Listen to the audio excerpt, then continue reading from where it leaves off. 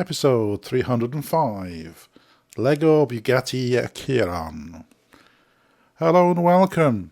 Hope you're all doing very well. Hope the COVID hasn't come and stealed you away during the night. I'm in Dublin, in Ireland, and we're on a level 3 lockdown. I think it's just started until October. It's September 2020 as I speak. October. I think it's about 3 weeks. 3 weeks, it's a good few weeks anyway. So level 3, it's a system that the Irish government has come up with.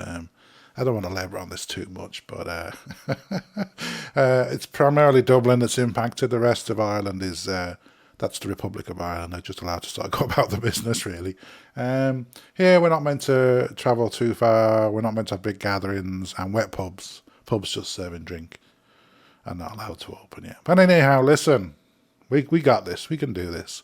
And I'm very pleased to notice, even though there's quite a large spike in cases, both here and in Northern Ireland, the number of hospital admissions is very low. I'm touching wood here. I don't want to put the mockers on it. And also, obviously, deaths because of that are low as well. So I'm hopeful. There's a part of me doesn't care how high the cases get, as long as people aren't dying. And I think that's the key here, you know. But listen, we got this. We're going to get through this. So with the prospect working from home for the foreseeable future and not being able to travel and see the world and do all the things that I enjoy doing, I decided I had to find something I had to do, you know. And growing up when I was very young, my brother used to have technical Lego, and I was too young. I was about, 10 or 11. He was about 14 or something, you know. And it was for like the age, and it was like 14 plus or something, you know. And he had these technical Lego, and he used to, build them. Then he put them back in the box. He was quite fastidious in some ways, very tidy, neat. He was a neat teenager. And maybe when he wasn't around, I used to find out where he'd hidden his technical Lego, and I used to build them. And I used to love it. And I was like I say, I was only like 11. And I was really chuffed I could build it even though I wasn't 14. And I really enjoyed it, you know. And I think that's the, whatever you want to call it, the academic, the technical, the engineering, the software, the operating systems, the servers, the computers, the technology, the geek in me, I think, is, that's what it all is, you know. This wanting to engineer things. I do consider myself an engineer, interestingly enough.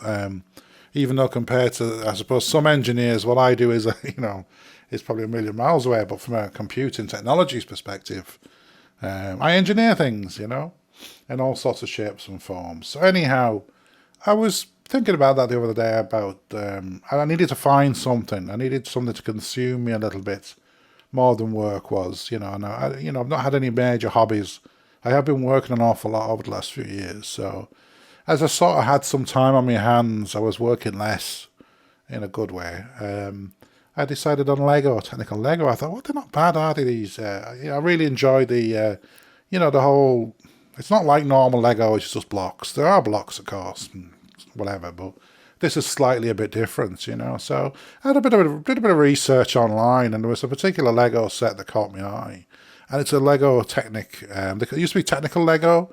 They call it Lego Technic, I think, now, because I think it's a Europeanized. Is that phrase Europeanized? Like a lot of things, some phrases are better across Europe, which I'm all for, by the way.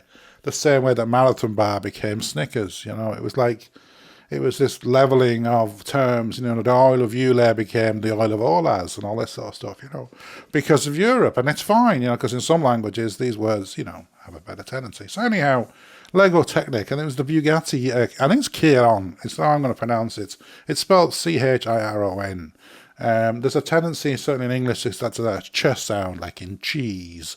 But I'm thinking Italian here, and I'm a big fan of the red wine, so I love Chianti, and that's spelled CH, so I'm thinking it's a Chiron, you know. And Chiron is also an Irish first name as well. Not spelled like that, but I'm going to call it Bugatti Chiron, and I do apologise if anybody doesn't like the way I'm going to Listen, it's just words, isn't it? So anyway, you've probably been aware of the Bugatti Veyron, which I think was its predecessor, and it was a bit like I don't know, they owned by Volkswagen, I think, but it was a bit like they had the technology and they wanted to show it off. So the Bugatti Veyron, which I know an awful lot about, it basically was I think £2 million. 1.5 million, £2 million supercar. I don't know what that is in euros. More than €2 million anyway. Believe me, you wouldn't buy one in Ireland. Not with the VAT and all the other taxes. But basically, it was a real. I mean, they lost money on it. Everyone they made, I think, it cost them 5 million or something to build one, and they were selling them for 2. They were actually taking a big loss. But it was a technical showcase. This car was amazing. It blasted right through 200 miles an hour. I think James May of Top Gear fame, I think he drove over 400 kilometers an hour anyway, pretty much in its top speed. And it's a monster of a car. The engines, I think, is over 1,000 brake horsepower. And it's got something like 10 or 11 radiators in it for cooling oil, cooling the engine, cooling everything, and the tyres are amazing, and it's just, everything about it is amazing. I think the tyres were €2,500 each, or £2,500, they were very expensive. And basically what used to happen was, you had a spoiler on the back and the performance, and you had the key could unlock the higher performance. So you'd have it in everyday driving mode, and you'd be driving around, be fine. But then if you wanted to unleash the beast, you'd put the key into a special key slot. And yes, you had to get out the car to do this, so you couldn't do it as you're driving along. And then you put it to another setting, and the body lowers, I think, and the spoiler goes up, and it will go up even higher to increase downforce so you don't take off. I mean, that's the problem with a car going very fast. You have a habit of taking off like a plane.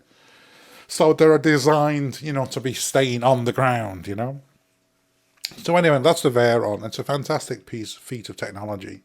And I think then the one that came after was the Chiran, and it looks very similar. It's a very recognisable shape.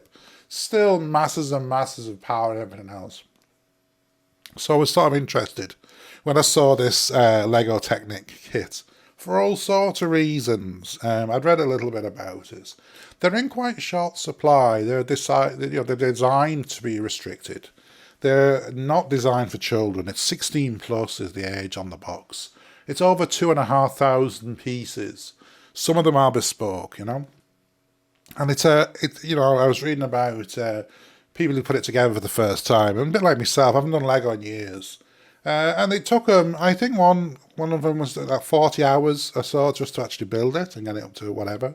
It's a lot of pieces, it's a lot of Lego, But there's some lovely innovations, some lovely nods to the real car. You get this special key, and when you put it into the port and you turn it a certain way, the spoiler comes up, amazing. Underneath where the steering wheel is, there's 2 little levers, and as you push them, they rocker, and it basically goes up and down the gearbox. Amazing. It's got a 16-cylinder engine, and as it moves along, you can see the pistons moving up and down, The bonnet, you lift it up, obviously it's a rear engine car, so the bonnet lifts up, and you can see the rack and pinion steering where you turn the steering wheel. You can see it steer. There's also a little gap under the bonnet as well, a bit like a thrunk on a Tesla. And basically, you have a little case, a little handbag that's to match the car, and it fits into this little slot and under the trunk, and you close that. It's just an amazing car. It's 4-wheel drive. All the wheels are linked. The drive chain, the gearbox. It's stupendous how they've managed to get this into a Lego model. So I got this there, and it was delivered on. Today is Saturday. It was delivered on Wednesday. So I spent a few hours on Wednesday after work, maybe 3 or 4 hours. A little bit on. Did I do anything on Wednesday? A bit on Wednesday, a bit on Thursday, a bit on Friday, and I finished it Friday anyway. It's done, I don't know how many hours total, maybe 8 to 10 hours. And it's just magnificent. It's just amazing. And the real kick for me was, you might make a mistake and you don't realise it, and then you do a few more pieces. And then you come to put a piece of the car on and it won't fit. There's something not right. And this happened to me 3 or 4 times. And this, to me, was where the genius, if you like, of Technic Lego, where the genius of that engineering geekishness comes out, where you go, how the hell do I fix this? And there was one particular bar was missing. It was like a black Lego piece. It was a long piece with an angled piece at the end of it, right? It's missing. I can't find it. So what I did was there's like 12 bags of Lego. It's divided up to make it easier. And every time I opened a bag and it was missing, I went to the next bag and I used that. I thought, hold on a second. I could get to the end of this. And then, I'll be in a mess because I've used the bar from somewhere else that I shouldn't have done. It's only when I come to attach the front part of the body structure, I realised I'd used the smaller bar instead of the longer one. I went, yes, there it is. And I deconstructed it. But that for me, was the real... the instructions are magnificent. There's 2 massive books. There's like 900 steps. Each book is 200 pages. It's beautifully made, along with references to the original car. It's absolutely a magnificent piece of work. The box itself is fantastic. It's subdivided into different sections. When you open the box, you get a picture of the car, and it's made up of the instruction book, boxes of Lego, and then the wheels, these magnificent wheels, So for me, that it wasn't technically challenging to build, in a sense. It was like a big project. It's got to take a while. You have to pace yourself. But it was the fact that you make mistakes without realising it. It's just so easy. And then when you hit this block, you go, oh, what do I do here, And that to me was the sheer enjoyment of something being presented with a technical challenge, an engineering problem. And given the tools and the parts I had, having to fix that, it was fantastic. I mean, I'm sort of glad I made a few mistakes, and they were quite childish. I say childish, that's a bit of offensive, isn't it? Quite stupid mistakes, yeah. They were ridiculous mistakes that I made. The child wouldn't make, let's put it that way. And then to find my way back again to build it, Now, it isn't all fantastic. Lots of the parts needed stickers, where there's the branding and Chiran or whatever, Bugatti, and the sticker quality was rubbish. They're self-adhesive stickers, and the colours didn't match the Lego, and it was bleh. Now, I believe there's a Lamborghini come out now, a later model, and apparently they print on the blocks now. They actually print on the Lego pieces instead of you having a label, which I love the idea of. So if there's one change I'd love them to make, that will be to pre-print the blocks so you don't have to put stickers on. I'm not great with stickers anyway. When I put a sticker on, usually it's a funny angle. Oh man, it's just terrible. But that I didn't care about too much, because to me it wasn't about necessarily the look and the aesthetics. It was about the build, the engineering, And I really was in my element. I really enjoyed it. It's been a fantastic build, and I wholeheartedly recommend it. I'm just looking at the Lego website at the moment. It's not cheap. On the Lego website, it's €364, which I think is around the £300 mark. I didn't pay anywhere near that. I managed to get it on Amazon for, I think it was less than £200, but it is a hard to find one. And I certainly, if you're interested in building something that looks good, there is some great functionality, it's a real challenge. I think it's perfect. It certainly hits the spot for me now. So I built the Bugatti Chiran, not the real car. I built the Lego car. About 8 or 9 hours really, and it was a fantastic experience. And the old phrase about learning from your mistakes was absolutely true. And the most enjoyable part of the build for me was when I realised I'd made a mistake somewhere in the structure of the car, and I had to somewhere reverse engineer and get around it, get back to it, and fix it again. Yeah, it was absolutely fantastic.